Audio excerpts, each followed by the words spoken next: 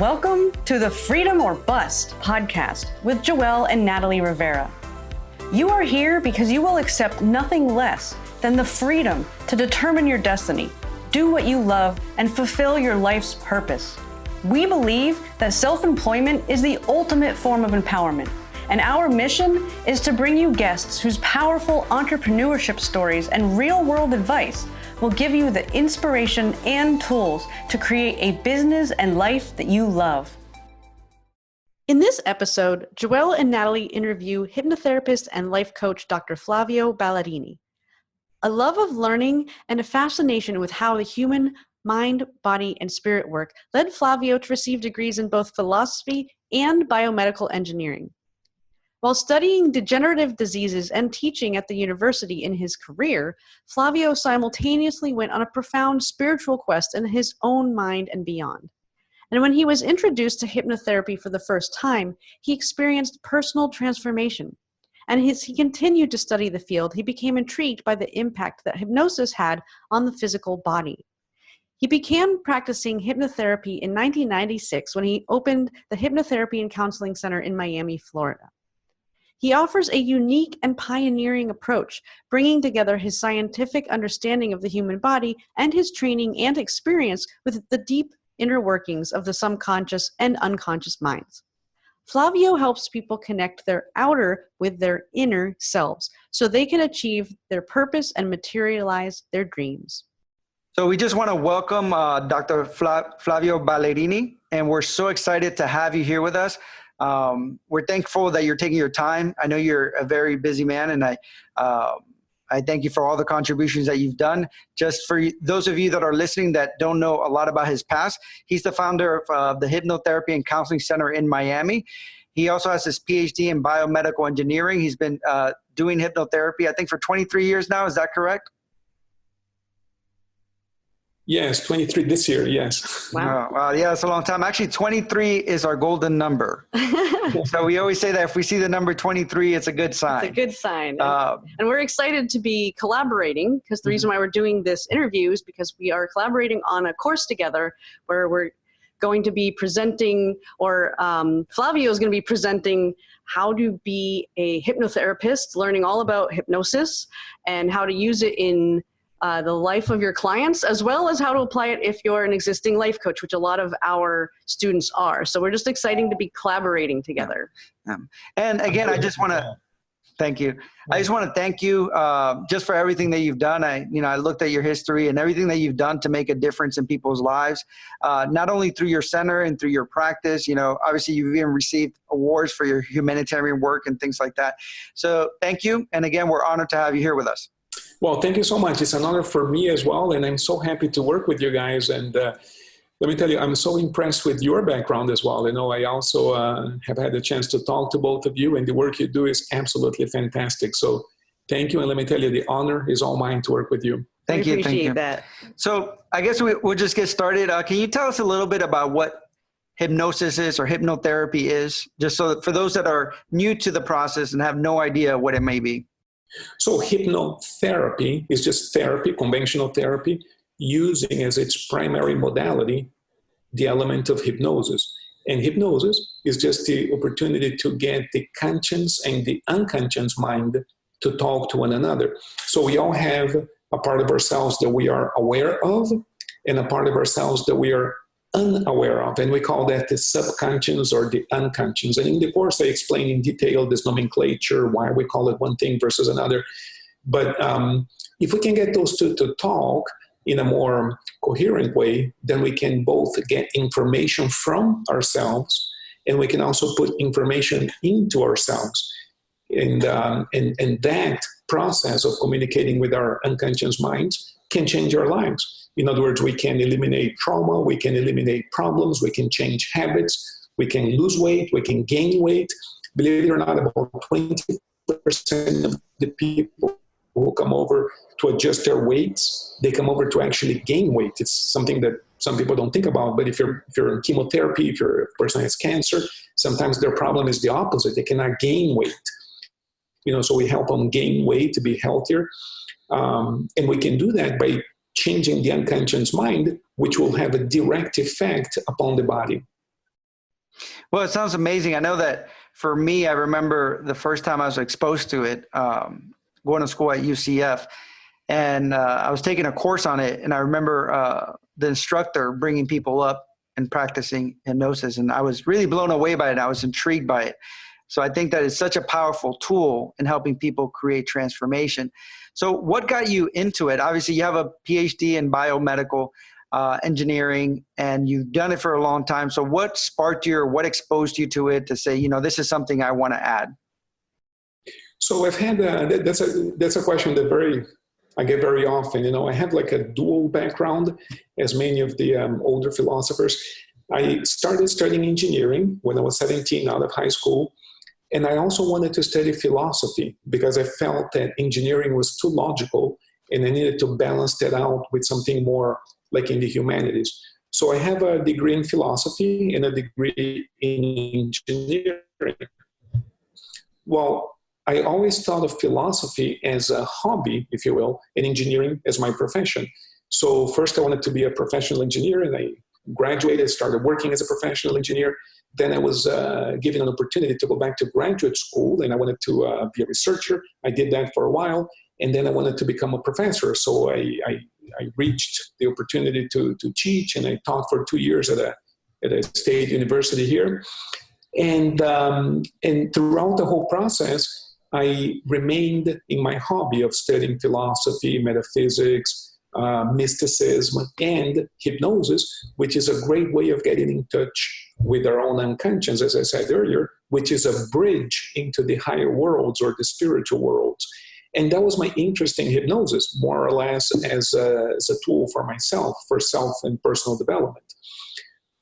Well, my doctoral work had to do with cardiovascular mechanics and arterial disease. And as you know, it's the number one cause of death in America and many other civilized countries in the world.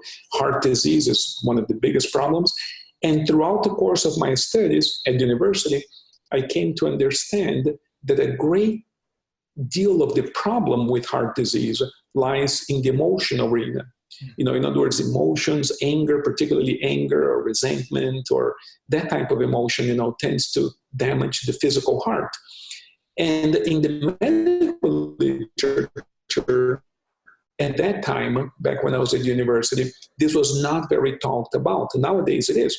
Nowadays we know that people can die from emotional pain. And the term that they use in medicine nowadays is stress cardiomyopathy. And that is what we normally call a broken heart. In other words, you can have like a broken heart because of an emotional situation, but it can translate into sudden death from heart failure. And it is actually called stress cardiomyopathy. In other words, it's a medical diagnosis that can actually kill the person. So the bridge between body and mind and spirit today is something that is commonplace. People talked about. Some 20 years ago, it was less talked about. But when I realized that with hypnosis, we could help people change their emotions and therefore avert some diseases and in some cases recover from diseases, I was hooked. I was fascinated. So a friend of mine one day told me that a friend of hers needed some help with hypnosis, and I started doing it as a hobby, to help somebody. And next thing you know, it's been 22 years. A few months later, a few months after that friend needed help, we had to open up an office because a bunch of people were asking for help. And I left university. I was teaching mechanical engineering, and I left university and never looked back. You know, it was a great adventure. It has been a great adventure. You know, so that's what happened. I just wanted to help people overcome patterns that can actually damage bodies. That's how I started. But then, of course, it turned into a generic practice, habits, weight loss, smoking, that type of thing. I love that because you first of all, you bring your engineering mind into it. What I love about your course where you're training people how to use hypnosis is that it's so logical. Everything that you're saying makes so much sense, and it takes you step by step by step. But I can totally see that your training as an engineer and a researcher comes through in the way that you teach others, because it's so easy to follow and to understand. But even more, what I love is your passion for it, that the reason why you got into it was for your own personal growth, but then you really wanted to help people. And everything that we do, it comes from the same place. It's like we're, we're avid personal development junkies. We're always trying to learn something. Everything that we do also comes from the mind, body, spirit realm, where we're understanding the interplay between them, and that ultimately we're doing it because we want to help. So when we first met, it was like we definitely related. We were on the same page. We're in this for the same reason. And so that's why I love your story of how you got into it. It's because you made the switch because of passion, not because it was the most practical thing to leave this, pretty good paying job and, medical engineering as a professor. You did it because this is really something that you felt could make a difference. Yeah. And your passion also shows through. And that's one of the reasons, guys, because it shows through so clearly that you're passionate about what you do. And I think that's beautiful. I think the world needs more people like you guys. I'm so happy to have this opportunity to get to know you and to work with you. That's awesome. Well, thank you. And that's one of the things for those of you that don't know a little bit of the background, we actually ended up meeting by chance, which that's the way that life a lot of times works. We were at a conference together with, I think, 3,000 other people. And we just happened to hit it off and really connect. And obviously you have this big passion of contributing, and you're such a wealth of knowledge. And that's what I really love, is that, you have a balance.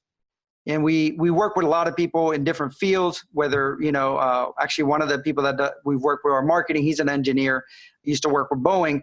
And you bring both sides because you have the philosophy side and you have the engineering mind. So I think that you've done a beautiful job really finding that balance.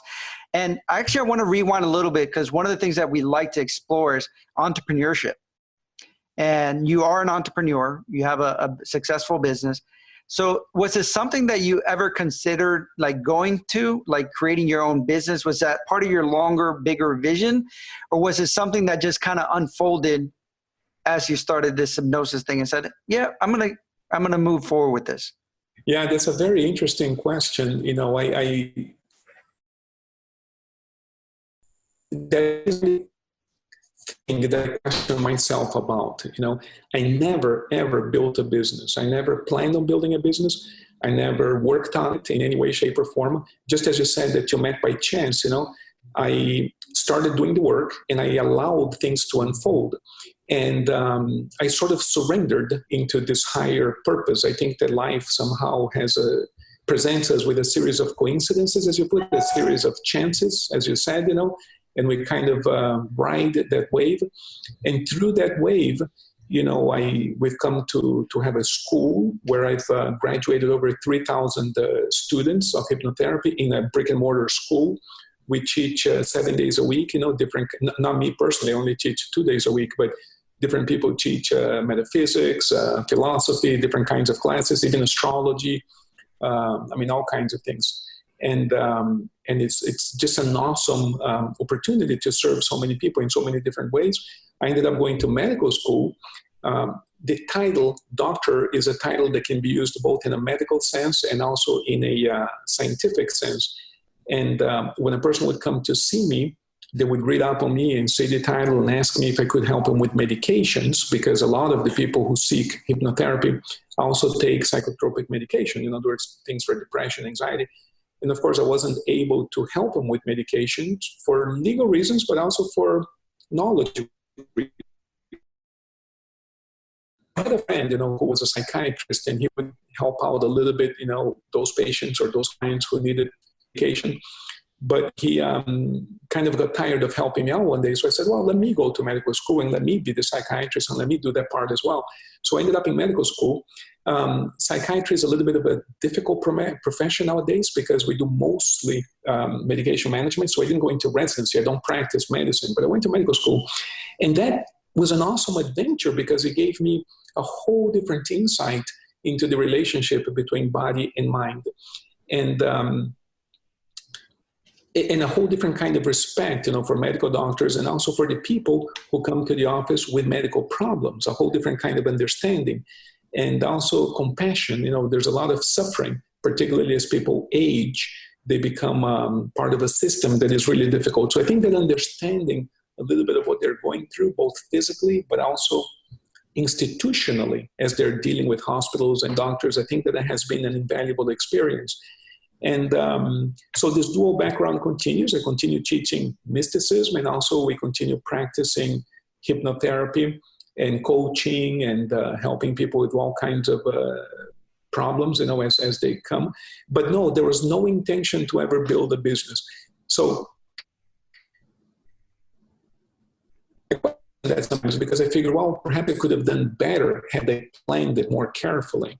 On the other hand, I think the sorts of adventures that we were able to live in terms of the help that we got, I would say, in terms of the universe helping, I think that may not have been available had I been more intellectual about it and planned a business, So it just kind of unfolded as it did. And here we are. Yeah, I love that. Yeah, and actually, I love that you say allowing and surrendering.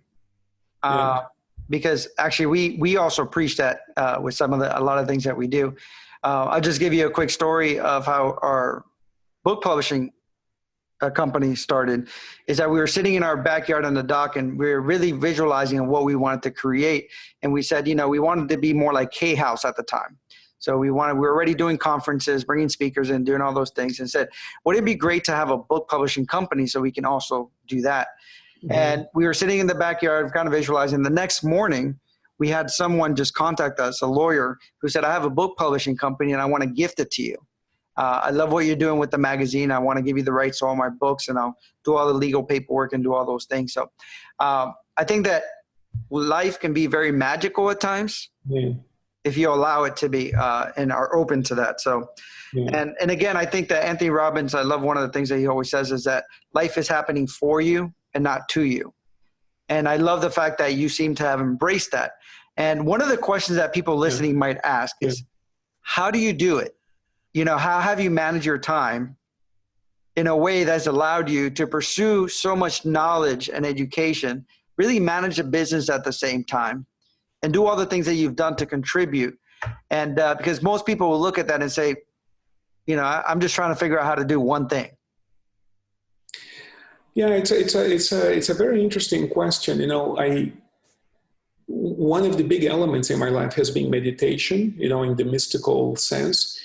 And I think that when a person meditates, not with the intention of visualizing physical goals only, but with the intention of connecting with a higher purpose. The way that I've used meditation, it has not been to achieve, goals in life. I haven't used it that way. I learned from a very traditional source, and there's this lengthy old tradition that we use meditation to connect with a higher source, and that's how I learned, and that's how I've always practiced. And when I connect with a higher source, what I call a higher source, there is a natural sense of what else can I do? What else can I do? In other words, how else can I contribute? And I remember, since the very early days, having the opportunity to be a guest on a radio program or a TV program, I would simply connect to the higher source. And oftentimes, by the time I got off my little room where I meditated, there was a message or something, can you come to the program tomorrow, that kind of thing. And, we never really advertised for clients. And for 22 years, we've made a living without really any marketing program of any type. People just find me and call me. And students find our school. We don't have any marketing whatsoever. And classes are always relatively full, and the office is always booked, and without any marketing, which is absolutely fascinating. The only marketing that we have is the desire to serve and contribute, and people end up finding us. Even in this busy and crowded world, it still happens that way to this very date. So to me, that's a testimony of the power of connecting to the higher source. And that's how I got into hypnosis, as a tool to connect with the higher source. So my passion for teaching and sharing, I don't really call myself a teacher. I say that I share with others what I have learned. And I think that the passion to share comes from the awareness that everybody can have the same thing. Everybody can have the same access to their own higher selves. So it's just a matter of learning a few techniques. And we also have the opportunity of helping others. So if you learn these techniques, the hypnotherapy techniques, you can help many people. And by the way, the people who take our classes are not only people who want to be a professional hypnotherapist. Many people are in other professions, but they learn the same techniques that we use in the office for therapy purpose. For instance, dentists, doctors, because what you learn is how to communicate with others in a way that get them to take the right sorts of actions. So the art of suggestion, for instance, the art of building rapport, things that you can learn in other fields as well. But in this course, we cover some of those topics, and other professionals appreciate that as well. Well, and actually what's really interesting about what you're saying is that I love that you said ultimately that the reason why you are able to accomplish so many different things in your life is because of meditation. And really the underlying purpose of that is that it gives you clarity, it gives you access to, a higher level of energy, a higher version of yourself, a higher power, and that you're not just taking responsibility and saying, yeah, I did it because I pushed through and I worked really hard. You're saying you did it because you got yourself in a state of alignment and then followed what you were, feeling drawn to do. And I think that's a really important thing to point out. And also I think it's a good time to point out that hypnotherapy is often used to help people learn how to do meditation, or you could call it self-hypnosis, you can call it meditation, but that it's a similar process, and getting into that state is also the same process. And so it's such a powerful tool, like you said, for so many different types of practitioners. But if for anyone who's ever interested in meditation, that hypnotherapy or hypnosis is a powerful tool to learn how to not only get into that state, but also ways that you can use that state. Because ultimately we're talking about accessing the unconscious or subconscious mind, regardless of what words you want to use to describe how you're getting there or what you're actually doing while you're there. Yeah, absolutely. One of the questions that I do have is that a lot of people, not a lot of people, but I've heard people say is that they hear the word hypnosis or hypnotherapy, and they want to incorporate it into some of the things like you're saying. It's an essential skill. If you work with people, there's so much you can learn from it, even if you don't practice it like as this is what I'm going to do full time, like you mentioned dentists and things like that. But for some people it can sound scary because they don't understand what it is when you're talking about working with the subconscious mind or all these different things. Can you explain or share some of your thoughts on how you would use it and just the impact that it can have on people to demystify it, I guess? Yeah, this is one of the most common questions that we ask when it comes to the word hypnosis, because like everything else in the world, everything can be used for many different kinds of purposes, right? You can think of hypnosis as a way of people's minds and emotions, of course. But that's what I would call a negative use of the concept, a negative use of the tool. And I compare that to the use of a knife in the hands of a criminal. A knife can kill, but the very same knife in the hand of a skilled surgeon can save a life. Mm-hmm. So the point I'm making is, if a person has a knife and they say, okay, I'm going to use this knife on you, the first question I would ask is, okay, are you a surgeon about to operate on me to save my life, or is this a criminal who wants to hurt me? The knife itself is just a tool that needs to be used to gain access to a particular organ, right? So hypnosis is just a tool that we use to gain access to a part of the mind. The question here isn't whether hypnosis, it's who is using it and for what purposes. I think, and the tradition from which I learned, any negative use, we call this manipulation, we call this hacking, any sort of use of that type is just very unfortunate, And we study this concept of the law of karma, and we teach our students, anything that we do to harm another person, or because the concept of harm is very relative, but anytime that we use something in a way that only benefits us, we're harming another person by definition. But if you're using hypnosis to benefit the other person, according to the other person's definition of benefit, right, then you're not harming them. So that's why in a clinical setting, a person comes over, they define their problem and they define their objective. You simply help them achieve it using hypnosis. But the word hypnosis itself has been the subject of confusion, has been the subject of controversial comments, and it's been, a lot of salespeople might use hypnosis to convince a person to buy a product or something like this. And, some people dislike that. For instance, there's a common idea in sales, which is buyer's remorse. People say that a person will buy something, but the next day they don't feel good about the purchase. And I actually believe that buyer's remorse happens when the person felt conned into buying. In other words, the salesperson may have used a few hypnotic techniques to get them to buy. But the buyer left, perhaps enthusiastic that day, but the next day they had remorse. And I think that, that's a reflection of them potentially having felt manipulated into buying. When that happens, what are we building? Are we likely to go back to the store or to the salesperson to buy again in the future? In other words, if a person uses hypnosis that way, I don't think they're building long-term relationships. So I think it's important to build a long-term track record. For instance, we've been at this very same office in school, and our school has been there for 30 years, and our office for 22 years. And I'm in the same place. People know me. People have seen me. They've seen me on the radio, on the TV. They've seen me. They go there. They call me. It's the same phone number. There's nothing hidden. And I think that by now, if we were to use hypnosis in a way that is detrimental to somebody would have already found out. It's not what we do. So there is a sense in which hypnosis can be misused, and there's a sense in which it has been misused.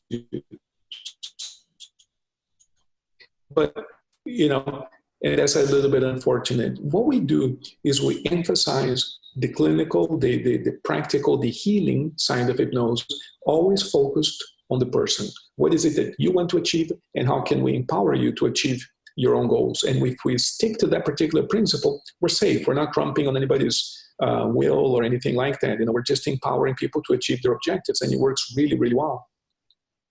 Well, and I love that your perspective of it is that just because someone else might misuse the tool or the concept doesn't mean that for anyone like us, like you, or anyone who's interested in learning it or using it, that there's anything innately bad about it. It's actually quite wonderful. It's an empowerment tool, because especially with us, we work with a lot of life coaches that their job is to help people determine what they want, set a goal, reach towards that goal, and overcome the hurdles. And many of those hurdles are emotional or psychological. They're limiting belief systems. And sometimes people who have great intentions and a lot of talent and a lot of potential get stuck because there's something holding them back internally. And that's where hypnosis has been proven to be such an effective way of getting into the root of the problem rather than just simply focusing on the surface level. And I know that in your course, you teach about, you mentioned that there's a difference between something like cognitive behavioral therapy and hypnotherapy, because cognitive behavioral therapy is cognitive. It's focused on your conscious thoughts, whereas hypnotherapy allows you to get to a deeper level. And so if you wanted to share a little bit about like how does it work in the unconscious mind? And then also, have you had any, really profound experiences that you could share where you've had results that your clients have received, so that people can get a sense for really how is it that accessing the unconscious or subconscious mind can make a difference in their lives? Yeah, sure. I there are many examples. Look, watch. I think that with cognitive therapies, and there are many types of psychotherapies at the cognitive level,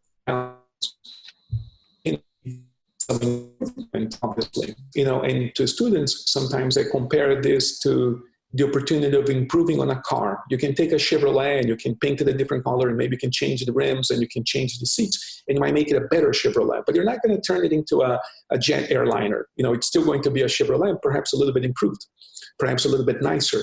And we can change a person's experience in this life by giving them tools to think differently. And in fact, this has been very successful in dealing with anxiety, with panic, with depression. We help them change their thoughts, and we help them interrupt their thoughts, and different techniques in CBT, as you mentioned. People have achieved some success, but there's no transformation there. They didn't become someone else, as in the sense that I'm about to tell you. You take a man, for instance, who came to see me once, and he was overweight, depressed, unhappy all around with his life. He had 2 children, And he was married, long-term marriage, but very, very happy his life and didn't know what was wrong with him. And you take a situation like this and you can talk about this problem that this man apparently is having for years and not get any result. And he only came to see me 2 or 3 times. And I remember one time he came to see me, he goes into this very, very deep state of hypnosis, and he finds what he calls a light that is, and this is how he describes it. The light is bigger than him, and yet it's within him. And he's having this profound mystical experience, right? And the session is over, he leaves. This was a Friday night, and I found out what happened when he comes back a few days later. And he tells me, look, when I left the office, I was very empowered by that experience, right? So I went home, I couldn't quite sleep, I was reading all night, I was, talking to my wife, things that he had never done before.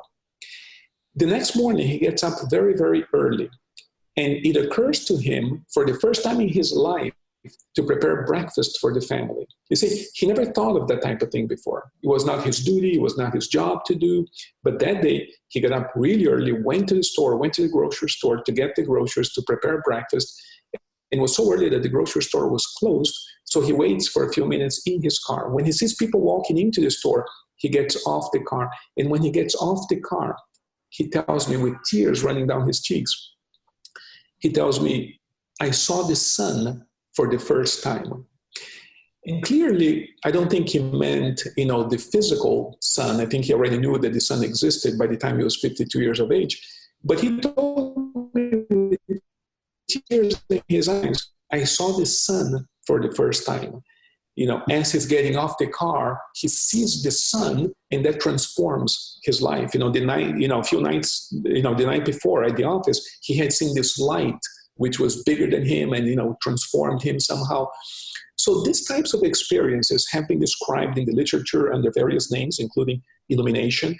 And I don't think you can produce that kind of experience with cognitive techniques alone, telling people how to think or what to do, do it this way instead of that way. I don't think we can get there. So this is a class of experience that I call transformative. In other words, we change forms altogether as opposed to increment a little bit and improve a little bit on the way we were before.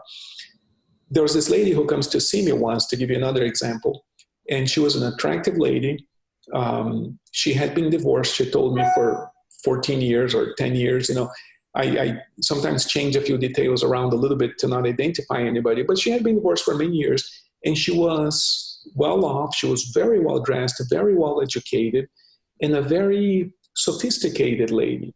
And she worked at a place where she was in public evidence. In other words, she wasn't hidden away at some office somewhere where nobody saw her. And the point I'm making here is that she had ample opportunity to meet a man. And yet she told me that in 14 years, nobody would even ask her out for a cup of coffee. She felt invisible. And so we worked for a few weeks, and there was a session, which was on a Saturday afternoon, in which she finds the source of her invisibility.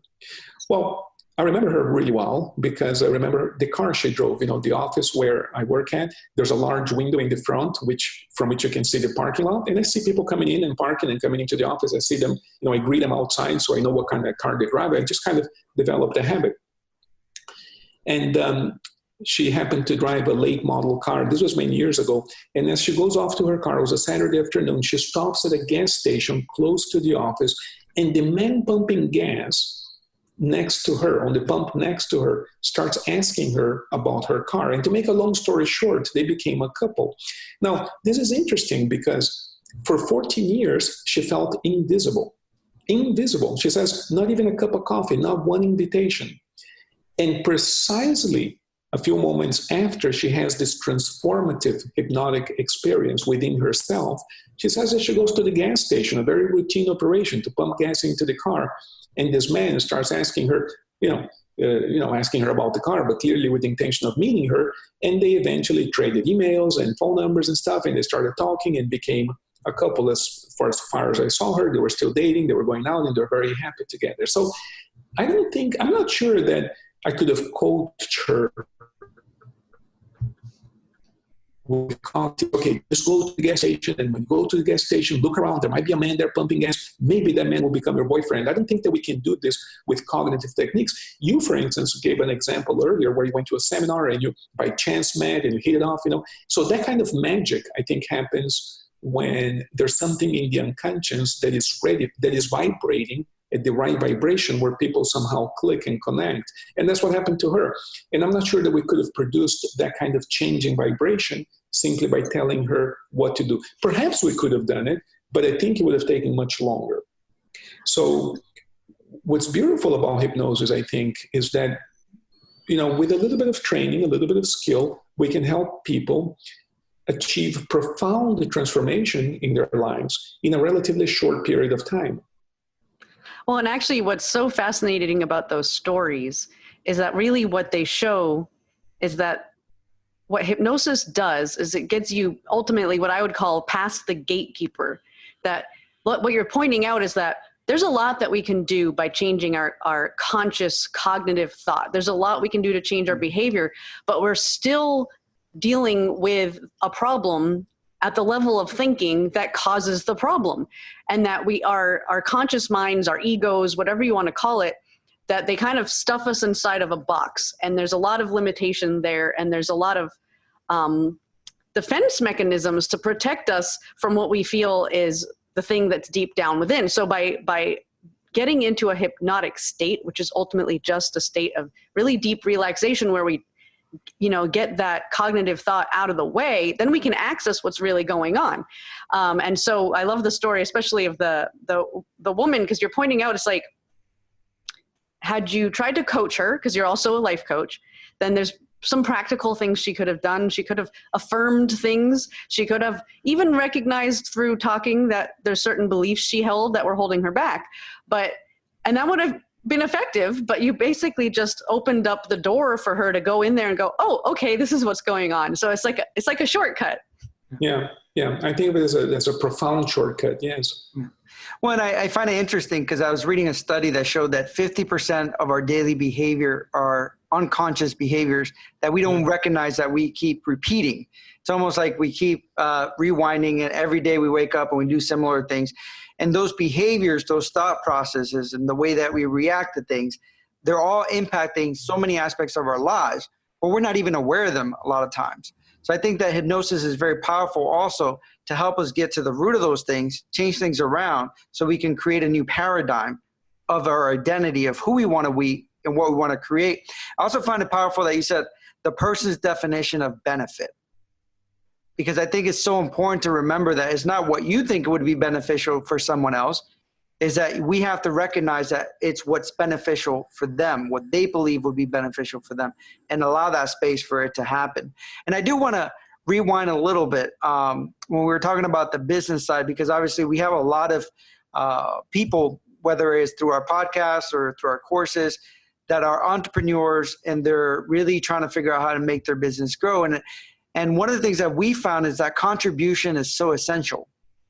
And that if you focus on contribution, it's almost like you bless the community blesses you back. And I think that you're a good example of that, because everything that you've done, you focus on how can I give? How can I contribute? How can I make a difference? How can I take this client to the next level? And whether it's your center or whatever it is that you've done in your life, all the other things that you've done, is open up doors and opportunity that you didn't know were there, and that just happened naturally because you were open to that and because you were focusing on how can I bless those around me. Yeah. To me, that's the key to the whole thing. Because I think what we do is sacred, I never wanted to refuse services to a person who couldn't afford it, especially the area of town where I work, where the office is. There are some low-income people that come over, and sometimes they walk in and they ask for help, whatever, And I just started off that way, and I never changed the policy. We have this idea that we work with you regardless of your ability to pay. And but I never advertised that. I don't want that to be too advertised, because of course as well, but it has been the case for all 22 years. We never refused anybody because of the inability to pay. And somebody got a hold of that piece of information, and in the year 2000 awarded us the Humanitarian Award, which is from our point of view, one of the most prestigious awards they could bestow upon somebody, because I think that's what the profession is all about, the human part of it, the human element. So the humanitarian award was really, really interesting. I didn't do it for that reason, and we haven't changed the policy in all these years. But I think that the concept of contribution has been very important and a central part of what we do. The school where we teach, for instance, we are all volunteers. Every teacher there is a volunteer. I don't make a living of sharing, of teaching. I make a living by helping people at the office. But I teach 4 classes a week, every week, sometimes 5, depending on the week. And, and there's a great deal of benefit that comes from that. Those are lengthy classes. Sometimes I don't leave the school until 1 o'clock in the morning, a couple times a week. And sometimes it can be a bit of a strain on my personal life, the family and so forth. But I made a decision a long time ago, as to what's important. And I think that level of contribution is important. And so I made the decision to stick with it year after year after year after year. And it isn't a sacrifice. It becomes a part of who one is, And I think later as a hypnotist, you begin to realize that most likely we've been doing this for hundreds, if not thousands of years. And it's just part of who we are and part of what we came here to do. And also, I think another side of this coin that I think is important to address is that we're also students. I'm also a student, both of myself and a student of life itself, I don't get it all right by any stretch of the imagination. I have all kinds of personal areas that I need to grow and develop, But I use also some of the tools that, I use self-hypnosis, and I also have worked with other people into hypnosis at a deeper level to overcome some important crises, when they happen, and also to prevent them from happening, and sometimes ahead of time. But and I think that the people who come over to the office see that and feel that. We don't think we know it all, and we don't promote the idea that we have all the answers or anything like this. In fact, we stay away from having answers. We believe that each person has the answers that are better for them, inside of them. My job isn't to give you answers. My job is to help you get to your own answer. So we're not a guru. We don't have answers. We don't have, that's not at all what we do. We help people come up with their own answers, and that works really, really well. Well, and I love that you say that you're a student, and that you also, because for us, for example, I feel like every time I do a workshop, a conference, I'm working with a client one-on-one, I feel like I'm getting the same thing that I'm giving. Like I'm learning so much from every interaction. And I think that's one of the biggest blessings. I think that you feel the same way, that what you do, you're contributing, but at the same time, you're so open to learning from every experience. And I think that's what makes you so effective in what you do, for the most part. And also at the same time, it's like we can see in you the same thing that drives us, whereas like it might be that we're drawn to a certain topic or we're exploring something because we're using it for ourselves. We're learning as a person. We're trying to grow. We're expanding our mind. We're trying to heal. We're becoming a better person. But then because we love it so much and we see the results, then we want to turn around and share it with everybody else too. And so we can definitely see that in you. This, it started this journey inside of yourself. It's like, wow, this is pretty amazing. So now I want to, help other people have this experience. And so we just love that. And we love talking about things like this because I think that hypnotherapy or hypnosis, whether you want to explore it for yourself personally, or you want to learn how to do it with other people to help them, that it's so powerful. And it's something that's so often overlooked as a possibility. Whereas something like meditating is becoming mainstream, and actually hypnosis is becoming more mainstream than ever has been before. But I'd love to be able to see it start to become accepted across the board as something normal, because everybody could literally benefit from using a tool like this. And I just love that you're so authentic and your passion comes through, that it makes it something that, might open people's mind and say, this is really something that could help me personally. Look at what it's done for these other people. Yeah. And I do want to ask you one quick question is, is there something that you're working on that you just want to share that you're excited about? Because obviously those people that are listening also want to know more about what you're working on currently, maybe that might be able to help them or something. I know you've mentioned some of the books that you have, enormous amounts of books within you that are almost ready to be out there. But what are other projects or other things that you're working on that you're excited about?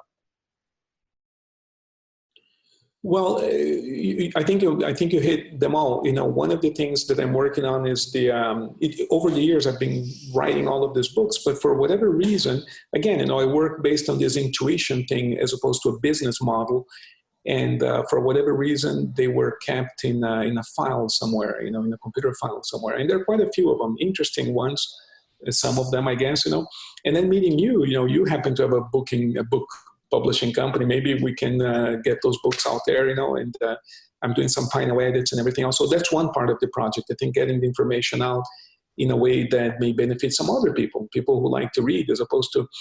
The other thing is that by a series of coincidences, as you described earlier, somebody just offered me a radio program, which is, I've often been invited on radio and TV, as a guest, but I never really thought of doing my own program. Years ago, I had a program for about a year, but I would pay the hour, so I could go on the radio and speak up my mind, whatever, But that was back in the 90s, and it didn't really go anywhere.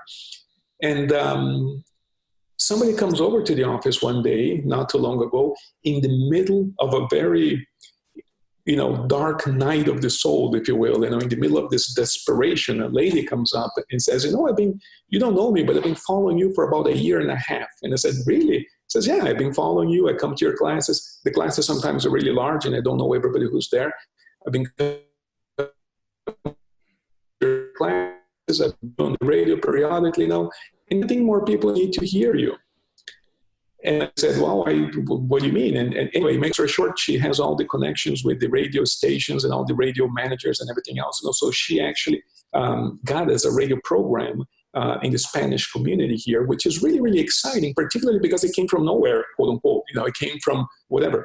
And it sort of landed on my lap that way. And I take those kinds of things, just as you describe your marriage, I take those kinds of things as a sign that this is right. In other words, I didn't go out seeking it. It just came to me totally unrequested. And to be frank with you, it came to me at a time in my life when I didn't think I could do it. I was going through a personal crisis, but this lady came over like an angel and said, you know what, I've been following you, and I think we're going to do well with this. She believed in the possibility. So she signed everything up, and got everything ready to go, and we're starting next week. And in the Spanish station it's called Salud, Cuerpo y Mente. Salud, Mente y Alma. Sorry, because we've been discussing different names. Salud, Mente y Alma. That's the final name that we came up with. Salud, Mente y Alma. And so it's a 1-hour program, and we're going to divide it into 3 segments to talk about physical health, mental, and spiritual issues in one program. And the program director and the radio people are really excited about it. They said that there's a big need for this program, and also we'll see what happens. And I'm just excited to be a part of it. I don't think it's my program. I think I'm just one more piece in the puzzle, one more part in it, but they're excited about it. They think it has a great deal of potential for success. So we'll see. I'll watch, and see what happens, Well, I love that. I love that you're open. Yeah. You're open to going with the flow and taking the opportunity and just seeing where it goes. And I also love the fact that you mentioned something I think is critical for a lot of people listening to know and to understand, is that sometimes they put people in pedestals and they forget that it's all a human experience. For example, for me, when I was bedridden for a year and sick, there were many times that were challenging in my life. And all of us, whether we're helpers, whether other people that, come to us and we work with, or whether themselves, no matter, you're going to face challenges in life. And I think that adding these tools, and for example, for me, adding tools in psychology and learning how to meditate and learning all these different things, whether it's mind, body, or spiritual tools that I've learned, have helped me through that process. And that's what I love, that you're a teacher. You help people add these tools to their lives so they can deal with when challenges come in their lives. So they can help take those challenges and do something with them that are going to help them leapfrog them in wherever it is that they want to go. Because again, life is happening for us. So what can I do with this crisis? What can I do with this challenge in my life so I can improve myself? So then I can help other people possibly that are going through the same challenges. Because I think that as we learn from each obstacle, we become teachers of that obstacles for other people to learn as well. And actually, one of the things that it makes me think of what Joel's just saying is that, like, none of us are perfect. No. We're all in a state of continuing to evolve. And part of that evolution is personal, but part of it goes out into the world, and especially people in helping fields like us, we're trying to make a difference in the world, and therefore we have a responsibility to continue to grow and change and develop as ourselves. But there's also sometimes a broader goal. And so that brings me to the last question. And so it's actually a two-part question. One is that what would you say is the difference that you want to make in your own life, or as far as, do you have any goal or dream that you're looking towards in the future? And the second part of the question is, what's the biggest difference that you want to make in the world or in the lives of the people that you serve? So for yourself, what are you in this for? And then at a bigger picture, what's the legacy that you're wanting to leave behind? Thank you. So I follow a very ancient philosophical tradition, a mystical tradition, in which we say and we teach that people, we are many things at once. We are both a soul, a spiritual, and a physical entity. And what happens to the physical entity, the person that lives here on the earth, is that we kind of forget about who we really are. And we develop what we call the ego. We develop another type of life here on the earth. And sometimes we forget what's really important to us until it's too late. So in this tradition, what we help people accomplish is a reconnection with who they really are. I think we all have this seed of a feeling inside, that there's something else to life, something else that I'm missing. And that something else is ourselves, our souls, our hearts, something else in there. So I think that, to me, what's important is the reconnection, to help a person connect with who they are. Because when they connect, everything else aligns naturally.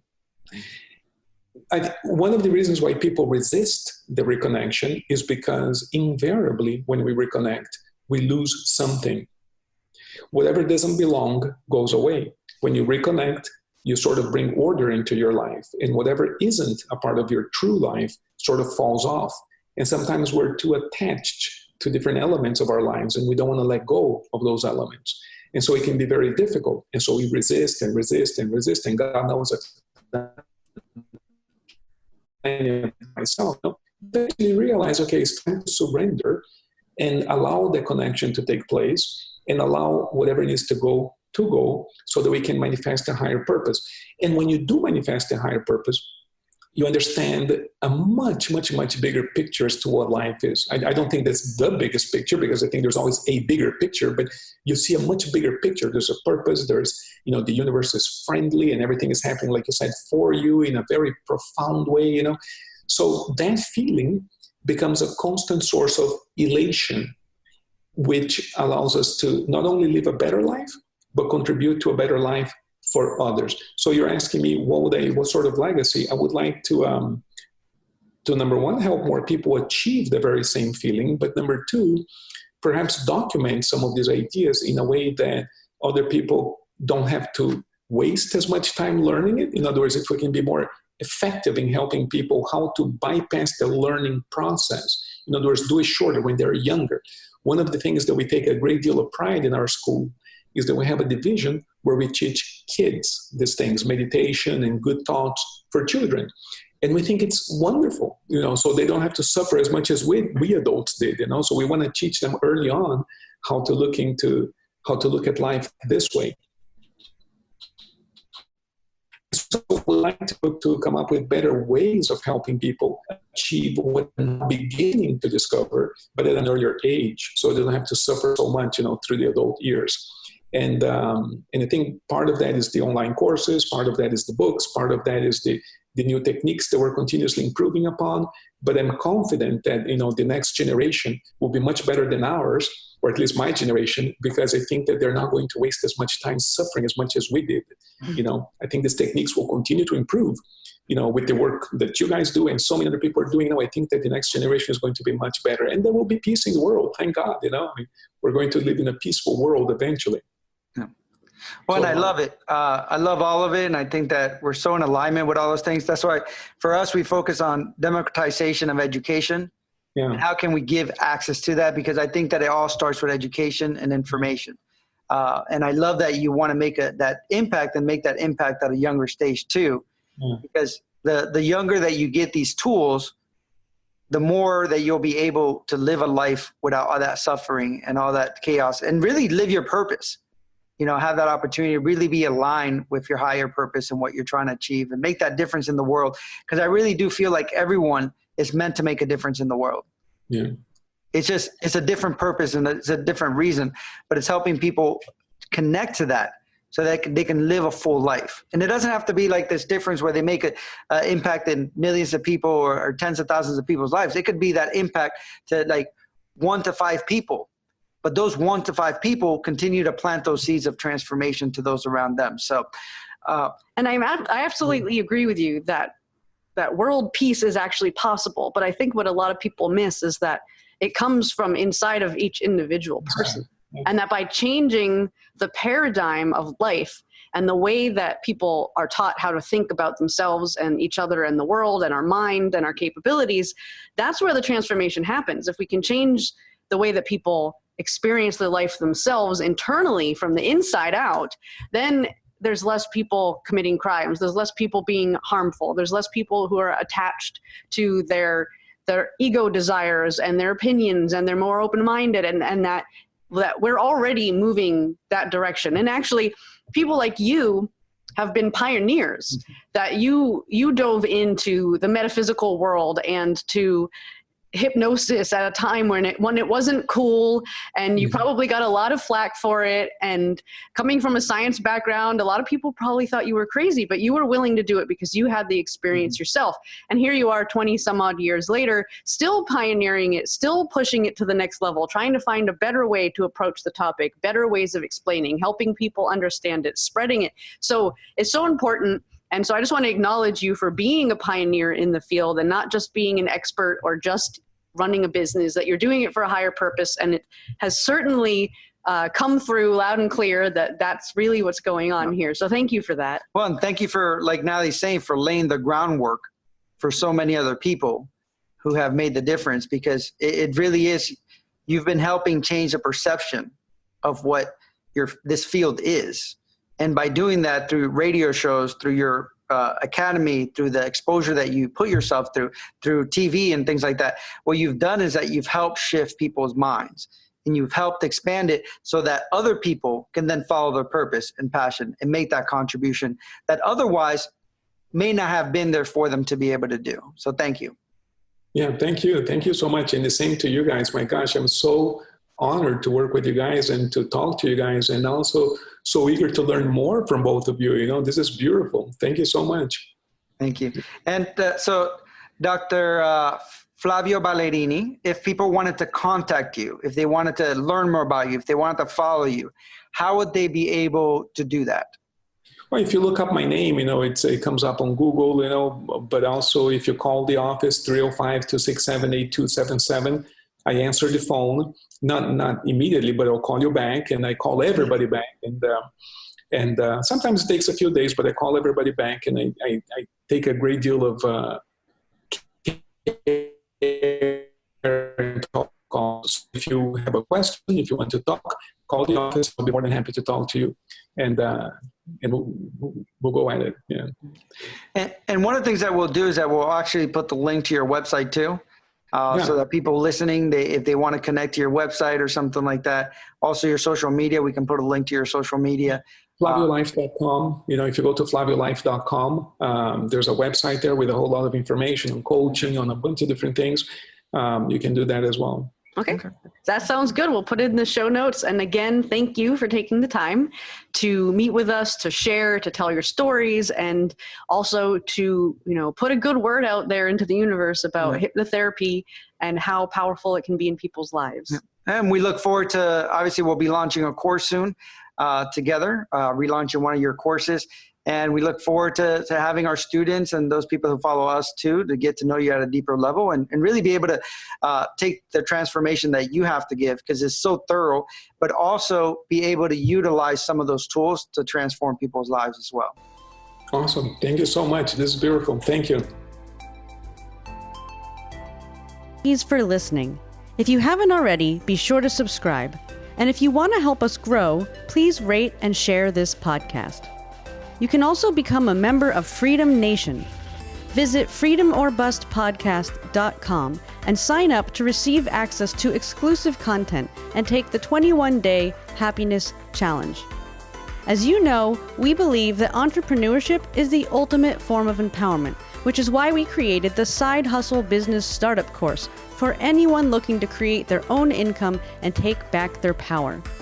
We offer an exclusive discount for our podcast listeners. Find out more at freedomorbustpodcast.com.